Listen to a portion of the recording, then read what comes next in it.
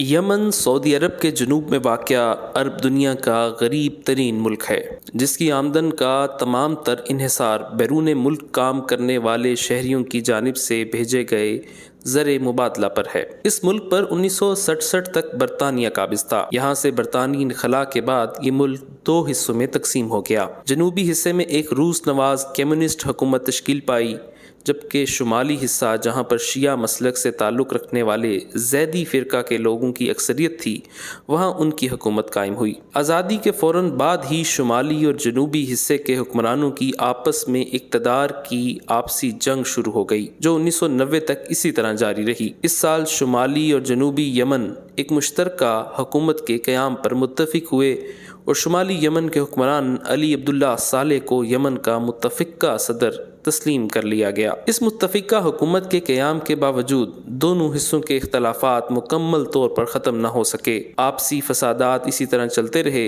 اور دونوں حصوں کی سابقہ افواج نے ایک دوسرے میں ضم ہونے سے انکار کر دیا۔ سن 1991 کی عراق جنگ کی یمن کی جانب سے مخالفت کے باعث سعودی عرب اس قدر ناراض ہوا کہ اس نے اپنے ہاں کام کرنے والے یمنی باشندوں، جن کی تعداد 8 لاکھ بتائی جاتی ہے، کو نکال دیا۔ یمن کے پاس نہ تو تیل کی دولت ہے اور نہ ہی یہاں کوئی قابل ذکر معدنی وسائل موجود ہیں، اور زراعت بھی انتہائی محدود پیمانے پر ہوتی ہے۔ ان عوامل کو مد نظر رکھتے ہوئے سعودی عرب سے یمنی باشندوں کے انخلاء کے باعث یمن کی معیشت، جو پہلے ہی شدید مشکلات کا شکار تھی، اس کو شدید دھچکا لگا۔ ادھر یمن کے اندر آپسی اختلافات، کمزور اکانومی، بے روزگاری اور خانہ جنگی کی کیفیت کی وجہ سے القاعدہ کو اپنے قدم جمانے کا موقع مل چکا تھا۔ یہ سن 2000 کی بات ہے، جب القاعدہ کی جانب سے ایک امریکن جہاز پر حملہ ہوا۔ پھر 2002 میں القاعدہ نے ایک امریکی سپر آئل ٹینکر پر حملہ کیا، جس کے بعد امریکہ کی جانب سے جوابی کارروائی کے طور پر پہلا ڈرون حملہ کیا گیا۔ ان تمام حالات کو یمن کا ایک مخصوص گروہ اپنے حق میں استعمال کر کے یمن کی حکومت پر قبضہ کرنا چاہتا تھا۔ یہ کوئی اور نہیں بلکہ حوثی باغی تھے۔ جی ہاں، وہی حوثی باغی جنہوں نے ابھی چند روز قبل ہی ابو ظبی پر میزائل حملہ کر کے ایک مرتبہ پھر دنیا کی توجہ اپنی جانب مبذول کروا لی ہے۔ حوثی باغیوں کے بارے میں عام خیال یہ ہے کہ یہ شیعہ مسلک کی زیدی شاخ سے تعلق رکھتے ہیں۔ یہ بات ماضی کی حد تک تو درست ہے، تاہم اب صورتحال یکسر بدل چکی ہے، کیونکہ یمن کی معیشت میں ایک بڑا حصہ دیگر خلیجی ممالک میں کام کرنے والے افراد کا تھا۔ اب جب عراق اور کویت کی جنگ میں یمن کے عراق کا ساتھ دینے کی وجہ سے خلیجی ممالک سے یمنیوں کو ڈپورٹ کر دیا گیا، تو یمن میں شدید بے روزگاری پھیل گئی۔ ان ممالک نے صرف اسی پر اتفاق نہیں کیا، بلکہ تعلیم، صحت اور دیگر ترقیاتی اخراجات کی مد میں یمن کو ملنے والی امداد میں بھی بڑی حد تک کمی کر دی۔ اس صورتحال کے تناظر میں یمنی عوام میں دیگر عرب ممالک کے خلاف جذبات کا پیدا ہونا ایک فطری عمل تھا۔ اس ساری صورتحال کا ایران نے بھرپور فائدہ اٹھایا۔ ہوا کچھ یوں کہ حوثی قبائل کے سربراہ حسین بدر الدین الحوثی نے ایرانی تعاون سے شباب المؤمنین نامی شیعہ نوجوانوں پر مشتمل ایک تنظیم کی داغ بیل ڈالی۔ اس نے سب سے پہلے تو اپنے زیر اثر علاقوں میں ایران کے تعاون اور سپورٹ سے سوشل ویلفیئر کے بہت سے منصوبے شروع کیے۔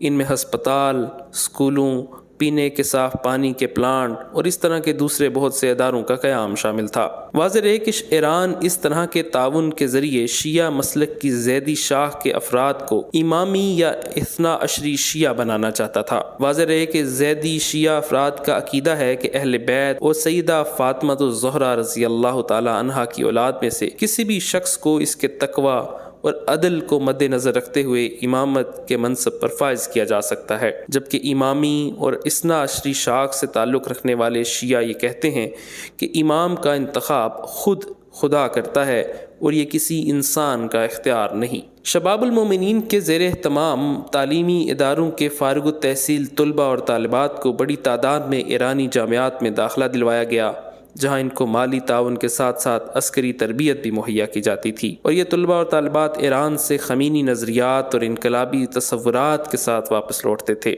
ادھر حسین بدر الدین الحوثی اپنی خطیبانہ مہارت، انقلابی نعروں، ایرانی تعاون اور طلسماتی شخصیت کے باعث حزب اختلاف کے بہت سے قائدین، فوجی کمانڈروں اور عوام کی ایک بہت بڑی تعداد کو اپنے ساتھ ملانے میں کامیاب ہو چکا تھا۔ 14 سال کی محنت اور ایران سے آنے والے بے پناہ وسائل کی بدولت بدر الدین اتنی عسکری قوت حاصل کر چکا تھا کہ اس نے 2004 میں یمن پر قبضہ کرنے کے لیے بغاوت کر دی۔ یہ پہلی حوثی بغاوت کہلاتی ہے جو شمالی یمن کے سعودی سرحد سے متصل صوبے صعدہ میں وقوع پذیر ہوئی۔ تاہم یہ بغاوت بری طرح ناکام ہوئی جس میں بدر الدین مارا گیا، جس کے بعد شباب المومنین کی قیادت اس کے بھائی عبد المالک الحوثی کے ہاتھ میں آ گئی، جس نے شباب المومنین کی جگہ انصار اللہ کے نام سے ایک نئی تنظیم قائم کی۔ ساتھ ہی عبد المالک الحوثی نے زیدی شیعہ سے مکمل طور پر قطع تعلقی اختیار کر لی اور نئی تنظیم میں صرف اثنا عشری فرقے سے تعلق رکھنے والے افراد کو شمولیت کی اجازت دی۔ یہ وہ زمانہ تھا جب یمن کی خراب صورتحال کی وجہ سے القاعدہ کو وہاں اپنے قدم جمانے کا موقع مل رہا تھا، اور یہ صورتحال امریکہ اور اس کے اتحادیوں کے لیے سخت پریشان کن تھی۔ لہٰذا امریکہ نے بھی القاعدہ پر قابو پانے کے لیے حوثی گروپ کی سرپرستی شروع کر دی۔ اس طرح عبد المالک الحوثی کو ایران کے ساتھ امریکہ کی جانب سے بھی مالی تعاون اور اسلحے کی فراوانی حاصل ہو گئی۔ اب انصار اللہ کو چونکہ امریکہ کا تعاون حاصل تھا، اس لیے سعودی عرب اور دیگر عرب ممالک نے اس گروپ کی سرگرمیوں سے مکمل چشم پوشی اختیار کر رکھی تھی۔ ادھر القاعدہ کے خطرے کے پیش نظر امریکہ نے یمنی صدر علی عبداللہ صالح کی وفادار فوج ریپبلکن گارڈ کی سرپرستی اور مالی تعاون کے ساتھ ساتھ ان کو اسلحہ اور فوجی تربیت بھی مہیا کرنا شروع کر دی۔ اب یہاں یہ بات ذہن میں رکھیے کہ القاعدہ کے خطرے کے پیش نظر 2008 میں حوثی باغیوں اور یمنی حکومت کے درمیان ایک معاہدہ کروایا گیا، جس کے تحت 2004 سے بغاوت کے جرم میں قید تمام حوثی باغیوں کو رہا کر دیا گیا، اور ساتھ ہی حکومت نے ان کا ضبط کیا گیا اسلحہ اور گولہ بارود کے ڈھیر بھی واپس کر دیے۔ ساتھ ہی امریکہ نے دہشت گردوں کا مقابلہ کرنے کا جواز پیش کر کے ایران کی جانب سے حوثیوں کو ملنے والی امداد پر بھی آنکھیں بند کر لیں۔ امریکہ کو اصل خطرہ چونکہ سنی مسلمانوں پر مشتمل القاعدہ سے لاحق تھا، اس لیے یمن کے سنی اکثریتی علاقوں پر شدت سے ڈرون حملے کیے گئے، جس کے نتیجے میں سنی مسلمانوں کی قوت مسلسل کمزور پڑنے لگی، جبکہ امریکہ اور ایران کی حمایت اور سرپرستی کی وجہ سے شیعہ حوثی مسلسل قوت پکڑتے چلے گئے۔ یہ سلسلہ 2011 تک مسلسل جاری رہا۔ 2010 کے آخر میں تیونس سے اٹھنے والی عرب سپرنگ وہ تحریک تھی جس نے عرب ممالک میں عرصہ دراز سے قائم بادشاہتوں کو ہلا کر رکھ دیا۔ لیبیا، مصر اور تیونس کی حکومتیں تو سرے سے ہی ختم ہو گئیں۔ شام کی حکومت کو اپنا وجود برقرار رکھنے کے لیے روس اور ایران کی مدد لینا پڑی، جبکہ سعودی عرب ایسی بہت سی اصطلاحات پر مجبور ہوا جن کا ماضی میں تصور بھی محال تھا۔ قصہ مختصر یہ کہ علی عبداللہ صالح کی طرز حکومت کرپشن، بے روزگاری اور آپسی خانہ جنگی کے باعث یمن بھی ان اثرات سے محفوظ نہ رہ سکا۔ تاہم حکومت نے احتجاج کو دبانے کے لیے طاقت کا سہارا لیا۔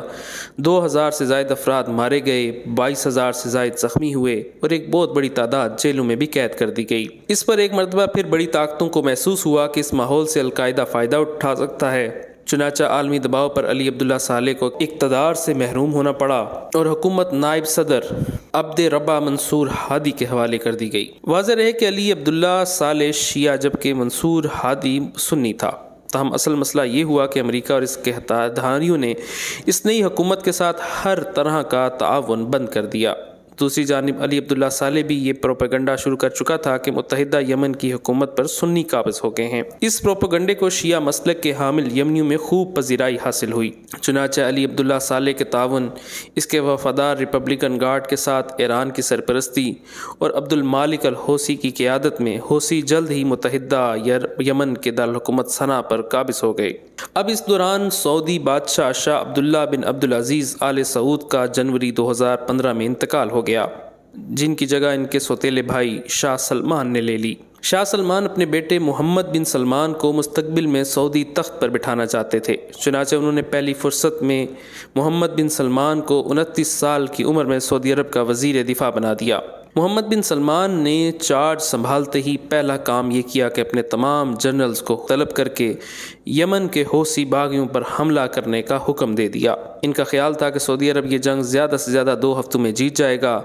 بعض ذرائع یہ دعویٰ بھی کرتے ہیں کہ شاہ سلمان نے اپنے چھوٹے بھائی شہزادہ مکرم بن عبدالعزیز کو ولی عہد کے منصب سے محض اس لیے فارغ کر دیا تھا کہ یمن پر سعودی حملوں کے مخالف تھے۔ بہرحال جو بھی ہو، حقیقت یہ ہے کہ یہ خالصتاً محمد بن سلمان کا ذاتی فیصلہ تھا۔ سعودی سیکیورٹی فورسز اس حملے کے لیے ہرگز تیار نہ تھیں۔ کیونکہ اس سے قبل سعودی عرب کبھی بھی اس طرح کی جنگ میں براہ راست ملوث نہیں رہا تھا۔ مزید یہ کہ محمد بن سلمان نے ایسا کرنے سے قبل اپنے اسٹریٹجک پارٹنر امریکہ سے بھی مشورہ کرنا گوارا نہ کیا اور تنہا ہی فیصلہ کر ڈالا۔ تاہم سعودی سیکیورٹی فورسز کی ناتجربہ کاری اور کمزور منصوبہ بندی وہ عوامل ہیں جن کی بنیاد پر سعودی عرب کو اب تک کوئی خاص کامیابی حاصل نہ ہو سکی۔ دوسری جانب ایران نے بھی موقع کو اپنے لیے غنیمت جانتے ہوئے یمن میں کھلی مداخلت کرتے ہوئے آج بھی حوثی باغیوں کی بھرپور مدد کر رہا ہے۔ ایران کی اعلیٰ قیادت یہ سوچتی ہے کہ اپنے سب سے بڑے مخالف یعنی سعودی عرب کو ہر لحاظ سے زیر کرنے کا یہ بہترین موقع ہے۔ وہ چاہتے ہیں کہ سعودی عرب کو بری طرح سے یمن میں الجھا دیا جائے، اس لیے وہ حوثی باغیوں کی بھرپور مدد کر رہے ہیں۔ کہا جاتا ہے کہ جو میزائل حوثی مختلف اوقات میں سعودی عرب پر فائر کرتے ہیں وہ ایرانی میزائلوں کی ہی کاپی ہوتے ہیں یا پھر ان کی ایڈوانس شکل ہوتے ہیں۔ اس وقت صورتحال یہ ہے کہ سعودی عرب نے یمن کے صنعا ایئرپورٹ اور حدیدہ کی بندرگاہ پر قبضہ کر رکھا ہے، جبکہ حوثی باغیوں نے سعودی عرب کی جانب سے قبضہ ختم کیے جانے تک کسی بھی قسم کی جنگ بندی قبول کرنے سے صاف انکار کر دیا ہے۔ اس وقت سعودی عرب کو اس جنگ میں کسی بھی قسم کا امریکی تعاون حاصل نہیں۔ سابق امریکی صدر باراک اوباما نے سعودی عرب کو یمن پر فضائی حملوں کا گرین سگنل دیا تھا، جبکہ ڈونلڈ ٹرمپ نے سعودی عرب کا بھرپور ساتھ دیا اور مسئلے کو مذاکرات کے ذریعے حل کرنے پر کوئی توجہ نہیں دی، جبکہ موجودہ امریکی صدر جو بائیڈن نے آتے ہی ایران کے ساتھ نیوکلیئر ڈیل بحال کرنے کا بھی اعلان کر دیا جو صدر ٹرمپ نے منسوخ کر دی تھی۔ اگرچہ اس جنگ میں مصر اور متحدہ عرب امارات وغیرہ بھی سعودی عرب کے ساتھ ہیں، لیکن تمام تر جنگی اخراجات سعودی عرب ہی برداشت کر رہا ہے، جو وہاں کی معیشت کے لیے ایک بہت بڑا بوجھ ہے۔ سعودی عرب نے ایرانی ساختہ بیلسٹک میزائلوں کو ناکام بنانے کے لیے امریکی میزائل شکن نظام کرائے پر حاصل کر رکھا ہے، جن کا ماہانہ کرایہ 450 ملین یعنی 45 کروڑ ڈالر ہے۔ واضح رہے کہ اس جنگ میں سب سے زیادہ اخراجات میزائلوں کو فضا میں ناکارہ بنانے پر ہی ہوئے۔ ساتھ ہی سعودی عرب نے اس جنگ کو جیتنے کی خاطر مختلف ممالک سے تقریباً 1 کھرب ڈالر کے دفاعی معاہدے بھی کر رکھے ہیں۔ یہ تمام اخراجات ملا کر 216 ارب ڈالر سے زائد کی رقم بنتی ہے۔